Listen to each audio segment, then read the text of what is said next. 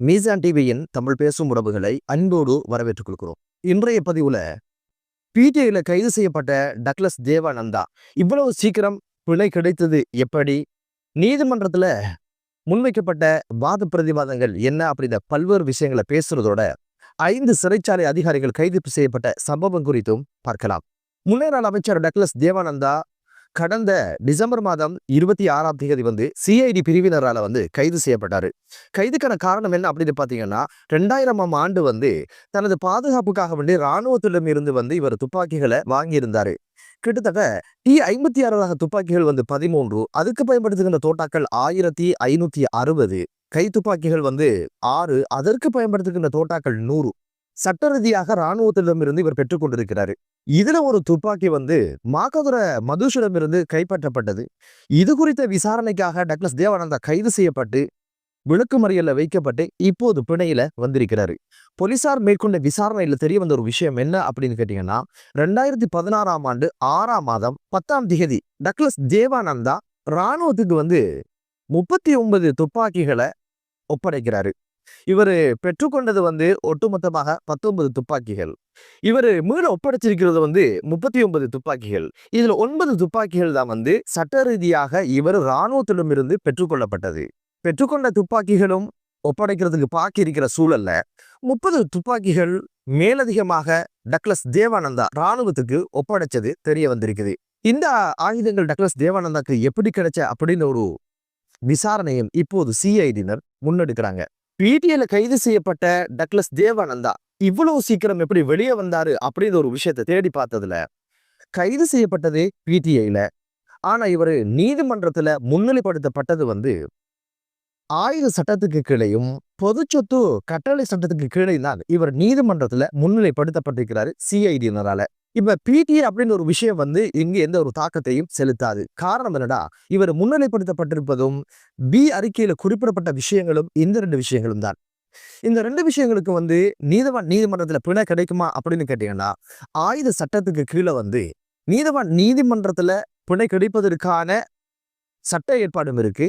மேல் நீதிமன்றத்துல மட்டும்தான் பிணை எடுக்கணும் அப்படின்னு சில ஏற்பாடும் இருக்குது. சிஐடி தரப்புல நீதிமன்றத்துல சொல்லப்பட்ட விஷயங்கள் என்ன அப்படின்னு பாத்தீங்கன்னா, இந்த ஒரு விஷயம் மேலும் விசாரணைக்கு உட்படுத்தப்பட்டு வருது. காரணம் என்ன அப்படின்னு பாத்தீங்கன்னா, சட்டபூர்வமாக எடுத்த ஆயுதங்கள்ல 9 ஆயுதங்களுக்கு என்ன ஆனது என்பது தெரியாது. மேலும் 30 ஆயுதங்களை இராணுவத்துக்கு ஒப்படைச்சிருக்கிறாரு. இந்த ஆயுதங்கள் எங்கிருந்து இவருக்கு பெற்றது அப்படின்னு பல்வேறு விஷயங்கள் தேட வேண்டி இருக்குது.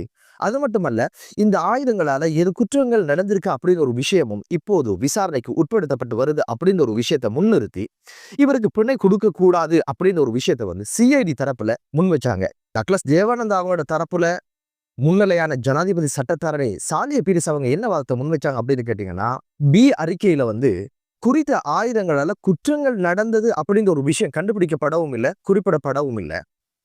எதிர்காலத்துல இந்த ஆயுதங்களால குற்றங்கள் நடக்கும் என்பதற்காக எனது சேவை பெறுநரை விளக்குமறியல வைப்பதும் ஏற்புடையதல்ல.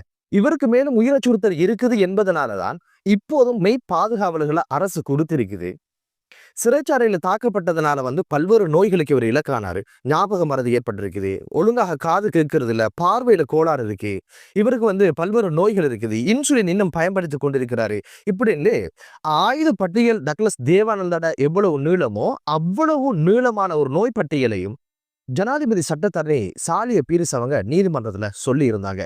எனவே மேற்கொள்ளப்படுகின்ற விசாரணைகளுக்கு எனது சேவை பெறுநர் பூரண ஒத்துழைப்பை வழங்குவாரு அப்படின்ற ஒரு விஷயத்தை முன்னிறுத்தி, எனவே இவருடைய நோய் நிலையை கருத்துல கொண்டு இவருக்கு இருக்கின்ற உயிர் ஆபத்துக்களை கருத்துல கொண்டு இவருக்கு பிணை வழங்கணும் அப்படின்ற ஒரு வாதத்தை அவர் முன்வச்சாரு. 2 தரப்புடைய வாத பிரதிவாதங்களை கேட்ட நீதிமன்றத்துடைய நீதிபதி 20 லட்சம் பெறுமதியான 2 சரீர பிணைகள்ல இவரை விடுதலை செய்வதற்கான உத்தரவை பிறப்பிச்சது மட்டுமல்ல, இந்த 3 பேருக்கும் வெளிநாட்டு பயணத்தையும் தடை செய்திருந்ததையும் பார்க்க முடிந்தது. இந்த நிபந்தனை அடிப்படையில தான் முன்னாள் அமைச்சர் டக்ளஸ் தேவானந்தா பிணையில விடுதலையானாரு. இங்கே பிணை கிடக்கிறதுக்கான காரணமே ஆயுத சட்டத்தின் கீழ் இந்த ஆயுதங்களால குற்றங்கள் இழைக்கப்பட்டது என்பது நிறுவப்படல, கண்டுபிடிக்கப்படல. எதிர்காலங்கள்ல இந்த ஆயுதங்களால குற்றங்கள் நடக்கும் என்பதற்காக இவரை தடுத்து வைக்க முடியாது என்பதனால இவருடைய நோய் நிலைகளை கருத்துல கொண்டும் பாதுகாப்பு அச்சுறுத்தல் இன்னும் இருக்குது என்ற காரணத்தினால இவருக்கு தற்போது பிணை கொடுக்கப்பட்டிருக்கு என்பதுதான் ஒரு யதார்த்தமான உண்மை. இந்த ஒரு வழக்குல வந்து இப்போது பிணையில மட்டும்தான் டக்ளஸ் தேவானந்தா வெளியில வந்திருக்கிறாரு. இது குறித்த விசாரணையும் இது குறித்த வழக்கும் மேல் நீதிமன்றத்துல ஓட ஆரம்பிக்கும். அந்த வழக்குல டக்ளஸ் தேவானந்தா குற்றவாளியாக இருந்தால் அதுக்கான தண்டனை கிடைக்கும், குற்றமற்றவர் என்றால் விடுதலை கிடைக்கும். எனவே இவர் பிணையில் மட்டும்தான் இப்போது வெளியில வந்திருக்கிறாரு. கைது செய்யப்பட்டு பிணையில வெளியே வர ஒவ்வொரு முன்னேநாள் பாராளுமன்ற உறுப்பினர்கள் என்ன சொல்லுவாங்க அப்படின்னு கேட்டீங்கன்னா, இது அரசியல் பழிவாங்கல். 2 போயாக்கள் தாண்டுவதற்கு முன்னால வீட்டுக்கு அனுப்பி வச்சிருவோம், நாங்க ஆட்சிக்கு வந்தா ஒட்டுமொத்த ஆளும் தரப்பினரை ஜெயில போடுவோம் அப்படின்னு சொல்லி பல்வேறு விஷயங்களையும் விமர்சனங்களை முன்வைக்கிற சந்தர்ப்பத்துல டக்ளஸ் தேவானந்தா மட்டும் எதற்காக ஜனாதிபதி அனுரகுமார திசாநாயக்க அவங்களுக்கு வந்து சிங்கள மொழியிலும் தமிழ் மொழியிலும் நன்றி தெரிவிச்சாங்க அப்படின்னு கேட்டீங்கன்னா, டக்ளஸ் தேவானந்தா பொறுத்த வகையில இந்த கேஸ்ல அரசியல் பழிவாங்கல் இல்ல, இது சுயாதீனமான ஒரு விசாரணையாக இருந்தது, அதனால் தான் கூடிய சீக்கிரம் தன்னால் வெளியே வர முடிந்தது என்ற ஒரு விஷயத்தை புரிஞ்சதுனாலதான் இந்த ஒரு விஷயத்துக்காக ஜனாதிபதி அவருக்கு நன்றி சொல்லியிருக்கிறாரு என்பது மீசா டிவியினுடைய பார்வை. இதுக்கடையில வந்து ஜொனி மற்றும் அவருடைய 2 புதல்வர்களும் வந்து நேற்றைய தினம் அவருடைய வழக்கு விசாரணைக்காக எடுத்துக்கொள்ளப்பட்டது. எதிர்வரும் 22ஆம் திகதி வரைக்கும் இவருடைய விளக்குமறியல் நீடிக்கப்பட்டிருக்கிற செய்தியும் பதிவானது. எனவே புலம்பு தேவையில்லை, முக்க தேவையில்லை, முனங்க தேவையில்லை. சட்டம் தனது கடமையை சரியாக செய்யும், சுயாதீனமாக அவைகள் நடந்துருது என்பது யதார்த்தமான விஷயம். என்னை பொறுத்தது பார்க்கலாம். ஜோசப் பெர்னாண்டோ அவங்களுடைய வழக்கு வந்து எங்க போய் எங்க முடிய போகுது அப்படின்னு ஒரு விஷயம். அடுத்த செய்தி குறித்து பார்க்கலாம். அது என்ன அப்படின்னு பார்த்தீங்கன்னா, சிறைச்சாலையினுடைய உதவி கண்காணிப்பாளர் தாக்கப்பட்ட சங்கதியில வந்து சக ஜெயிலர்ஸ் 4 பேர் கைது செய்யப்பட்ட சம்பவம் பதிவாகி இருந்தது. இந்த கைதினுடைய பின்னணி என்ன அப்படின்னு பார்த்தீங்கன்னா, சிறைச்சாலை உதவி கண்காணிப்பாளர் ஏஎஸ்பி உத்தரவு வந்து பாதாள உலக குழுவை சேர்ந்த மற்றும் போதை வர்த்தகத்துல ஈடுபட்ட பல்வேறு குற்றச்சாட்டுகளை உள்ள வந்த பியூமா என்று சொல்லப்படுகின்ற கைதியும் ஆயுள் தண்டனை பெற்ற மற்றும் ஒரு கைதியும் இணைந்துதான் குறித்த அதிகாரி மீது தாக்குதல் நடத்தி மூக்கோ உடைச்சு விட்டாங்க. இது குறித்த விசாரணையில வந்து தெரிய வந்த ஒரு விஷயம் என்ன அப்படின்னு பாத்தீங்கன்னா, இந்த தாக்குதலுக்கு பக்கபலமாக துணையாக இருந்த 4 ஜெயிலர்ஸை வந்து தற்போது ரத்கம போலீசார் கைது செய்து விசாரணைக்கு உட்படுத்தியிருக்காங்க. இந்த சம்பவம் குறித்து இதுக்கு முன்னாலும் ஒரு ஜெயிலர் கைது செய்யப்பட்டு விசாரணைக்கு உட்படுத்தப்பட்ட பின்னணியில தான் மேலும் இந்த 4 பேர் கைது செய்யப்பட்ட சம்பவம் பதிவாக இருக்கு. தனது உயர் அதிகாரிய ஒரு கைதியை வச்சு அடிக்கிறதுக்கு அல்லது கைதி அடிப்பதற்கு துணையாக இருந்த சக ஊழியர்கள் அப்படின்னு ஒரு விஷயம் ரொம்ப கேவலமானதாக பார்க்கப்படுது. உயர் அதிகாரிக்கும் அரசுக்கு விசுவாசமா இருக்காங்களோ இல்லையோ, கைதிகளுக்கு ரொம்ப விசுவாசமாக இருக்கின்ற ஒரு சூழல் உருவாக இருக்குது.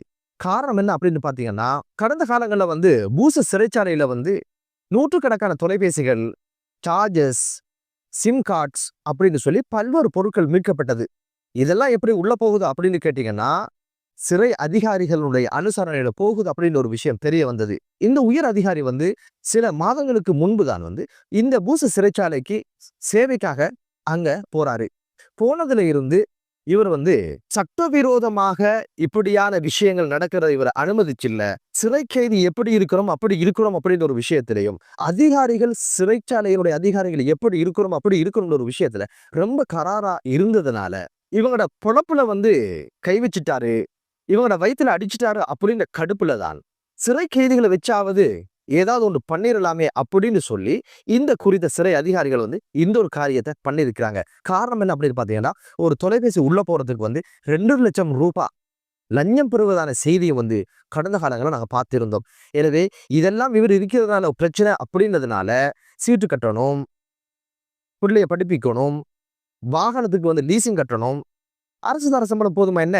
அதனால பார்ட் டைம் ஜப்பாகத்தான் இந்த போன்களை கொடுக்கறது, சிம் கார்டை கொடுக்கறது, இதுக்காக பணம் பெறுறது, உள்ளுக்கு தேவையான விஷயங்களை கைதிகளுக்கு செஞ்சு கொடுக்கறது, சொகுசு வாழ்க்கை வாழட்டும்னு சொல்லி அனுமதிக்கிறது, அவனுக்கு தேவையானதை பண்ணி கொடுத்துட்டா லட்சத்துல அவன் பணம் தரான் அப்படின்றதுனால இந்த சிறை அதிகாரிகளுக்கு இவர் ஒரு தலையடியாக இருந்ததுனால இவரை சோழியை முடிச்சிடலாம், இதுக்கு பிறகு வாரவருக்கு ஒரு பாடமாக இருந்துடட்டும், இந்த சிறைச்சாலை இப்படித்தான் இருக்கும், வந்தோமா உட்கார்ந்தோமா சீட்டை சூடாக்கணுமா சம்பளத்தை எடுத்தோமா வீட்டுக்கு பேத்துட்டே இருப்போம், பென்ஷன் வரும் உட்கார்ந்துட்டு காலத்தை கழிச்சிடலாம் அப்படின்னு ஒரு மனநிலை உருவாகணும் என்பதற்காகத்தான் கடமை, கட்டுப்பாடு, கண்ணியம், அரசுக்கு விசுவாசமா இருக்கணும், எடுக்கிற சம்பளத்துக்கு முறையாக வேலை செய்யணும் அப்படின்னு எல்லாம் யாரும் வந்துடக்கூடாது என்பதற்கான ஒரு ஏற்பாடாகத்தான் இந்த ஒரு விஷயத்தை முடிச்சிருவோம், இதுக்கு ஒரு முற்றுப்புள்ளி வச்சுருவோம் என்பதனாலதான் இந்த சிறை அதிகாரிகள் இந்த தாக்குதலை மேற்கொண்டிருக்கணும் என்பது மீசான் டிவியினுடைய பார்வை. என்னதான் இருந்தாலும் சிறைச்சாலைகளாக இருந்தால் மட்டும்தான் குற்றங்கள் குறையும். லொக்குப்பேட்டி உள்ளே இருக்கிறாரு, ஆனா அவருடைய போதை வர்த்தகம் நடந்து கொண்டிருக்குது, அவருடைய கொலைப்பட்டியல் நீண்டு கொண்டிருக்குது, ஆயுத கலாச்சாரத்துல அவர் இன்னும் இருக்கிறாரு. அது எப்படி? இந்த கேள்விக்கெல்லாம் பதில் என்ன அப்படின்னு பாத்தீங்கன்னா, இது போன்ற சோரம் போகின்ற சிறைச்சாலை அதிகாரிகளினாலதான் இந்த குற்றங்களும் முற்றுப்பெறாத ஒரு சூழ்நிலை உருவானது மட்டுமல்ல, முறையாக சேவையாற்றுகின்ற அரசு அதிகாரிகளுக்கும் சேவையாற்ற முடியாத ஒரு சூழ்நிலை உருவாகி இருப்பது என்பது ஒரு அவலத்திலும் பெரும் அவலமாகத்தான் மீசா டிவி இதை பார்க்குது. சிறை கைதிகளாக இருக்கிறதுக்கான சூழல் உருவாகுமா, இல்ல அதிகாரிகளை மிரட்டி ஆட்டி படைக்கின்ற சூழல் தொடருமா என்ற ஒரு விஷயத்தை பொறுத்திருந்து பார்க்கலாம். காலநிலையும் ஓரளவு எமக்கு சாதகமாக இருக்கின்ற ஒரு சூழல் உருவாக இருக்குது. இந்த சூழல் தொடரட்டும், அனர்த்தங்கள் எதுவும் இல்லாமல் எமது நாடு பாதுகாப்பு பெறட்டும், ஆயுதம் இல்லாத, ஊழல் இல்லாத நாடும் தேசமும் உருவாகட்டும் என்ற பிரார்த்தனைகளோடு மற்றொரு காணொளியிலே உங்கள் அனைவரையும் சந்திக்கும் வரை விடைபெறுகிறேன். நன்றி.